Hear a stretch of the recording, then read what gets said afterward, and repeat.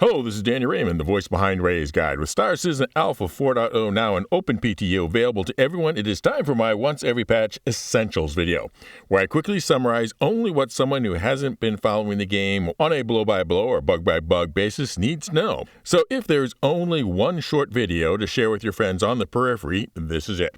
Number 1, increased user counts per shard due to server meshing. And from the player standpoint, that is almost all they need to know about server meshing. As an essential, it should be, and is, invisible to the user. Now, this is a static server mesh. The number of servers in the mesh and the boundaries of their authority are defined when the shard is created and cannot be changed without shutting down and restarting the shard. In fact, I've never seen them change it during testing without taking down the whole ePTU or PTU. When discussing the current configuration, they will use 3 numbers, such as when I'm writing this, the ePTU is 4:6:500. This means 4 servers in Stanton, 6 in Pyro, and 500 total maximum players per shard. Does that mean that you can have 500 player battles? Yes, but you won't like it. In the static mesh, the server whose area of authority includes the battle will be overloaded and cannot get help from the other servers. That won't happen until we first get manual and then automatic dynamic server meshing. Number 2 is Pyro, and I'm going to break this down because making Pyro just one item is too much. 2A, the star itself. Pyro is an unstable star with huge storms that drench the planets with radiation, which is why civilization writ large has always on the edge, and why attempts to terraform have never had more than the most minimal of successes. These storms are infrequent, and you get plenty of notice, but when they do, you will likely want to change plans and get to the dark side of a planet, underground, or otherwise someplace safe. If you're in your ship, it will knock out the ship for a while, but you will be safe. About the worst place to be will be on the bright side of the planet flying low. Your ship will die and you will crash. 2B, starting locations. There are 3 locations in Pyro that can be chosen as the starting location: Ruin Station, Checkmate Station, and Obituary Station. There are no cities of note because of the star. Frankly, except for the completely first-person shooter player, the general recommendation for most players is to home on Stanton and then expedition to Pyro, or at least do so once we reach live and we're playing for keepsies. 2C, the jump tunnel between Pyro and Stanton.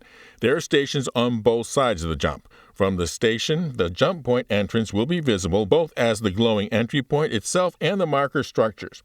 With your quantum drive active, a set of approach rings will be visible as you get closer on your HUD. When you finish the approach, there will be additional rings, and you should stop there. Your quantum drive will then tune itself to the jump point, and when it is finished, click the left mouse button to begin your jump run. The jump tunnel requires active piloting to avoid touching the walls or the several pillars dividing the space. The challenge is the same whether you are flying a small or large ship, so all I can figure out is that the larger jump drives open wider jump tunnels. 2D, planets and moons. Pyro has 6, actually 5 planets, and 6, actually 7 moons around them. From the inside heading out, Pyro 1 is a small hot planet with a silicate crust. Pyro 2, Monarchs, has a lot of abandoned mining facilities. Pyro 3, Bloom, is the garden spot of Pyro, so to speak, but mostly it consists of massive fields of golden ground cover plants.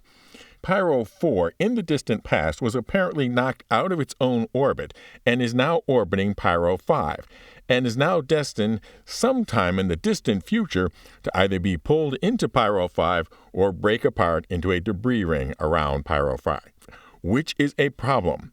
Astronomers classify things based on what they are now, not what they were in the past or will be in the future. We don't call the asteroid belt in our own solar system a planet just because it was one sometime in the past.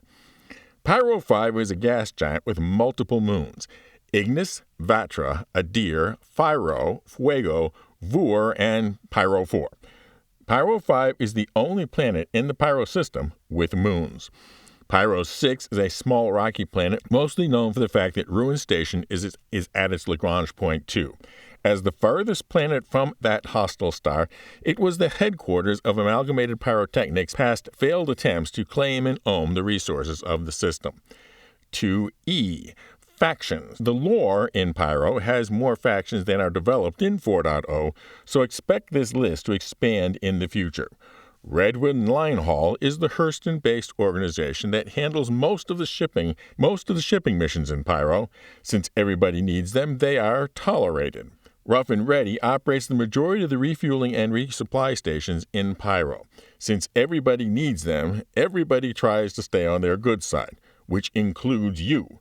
If you were to lose access to almost all the stations in Pyro, the entire system would be essentially untenable to stay in. Xenothreat is based in Pyro and remains everybody's enemy. Then you have the Headhunters, pretty much the prototypical biker gang style of bad guys. Most of their missions revolve around enforcing power through violence. And finally, their opponents, the Citizens for Prosperity, which is kind of a neighborhood watch program with a heavy dose of vigilantism. The important thing to note is that you cannot have positive reputation with both CFP and the Headhunters. Being good with one automatically makes you bad with the other, so you must choose either one of them or neither of them. And 2F, contested zones. This is, at least for now, a gameplay form unique to Pyro. These are wide-open FPS arenas with both PvE and PvP action, progressively difficult zones to be unlocked, and higher-level loot. What makes these particularly interesting is that the entrances to them are right off the main concourses of the primary space stations, so the time from bed to action is very short, presuming, of course, your login location is at one of those 3 Pyro stations, which is why I had the exception that purely FPS players would home in one of these Pyro stations. Which is a good way to segue to the non-Pyro changes in 4.0. Number 3 has to do with your home city. In your home city, you will spawn at your persistent hangar and not in a hab. The one exception is that if you do the tutorial, since of course the tutorial does start in the hab that first time, expect more changes to spawning in the future. And number 4, extended HUD elements. These can be enabled globally by going to Options and then looking under Game Settings, and then Defaults Advanced HUD on in SCM, Defaults HUD, Advanced HUD in Nav, and then Defaults HUD Prefer Labels, which switches between text and icons. While in the ship, they can be turned on and off on a per-ship basis by going to the MFD, switching to the Options screen, picking the HUD button of the 3 at the top, and then there are the same 3 options available for that ship. Of course, there are a lot of other things in 4.0, but they did not make the cut to the Essentials video either because they are changing rapidly, like the economy and weapons price changes, or because they really don't need a lot of advanced knowledge, like the additional animals in the wild. In fact, one could argue that an even greater sense of surprise and wonder if you weren't pre-briefed about them.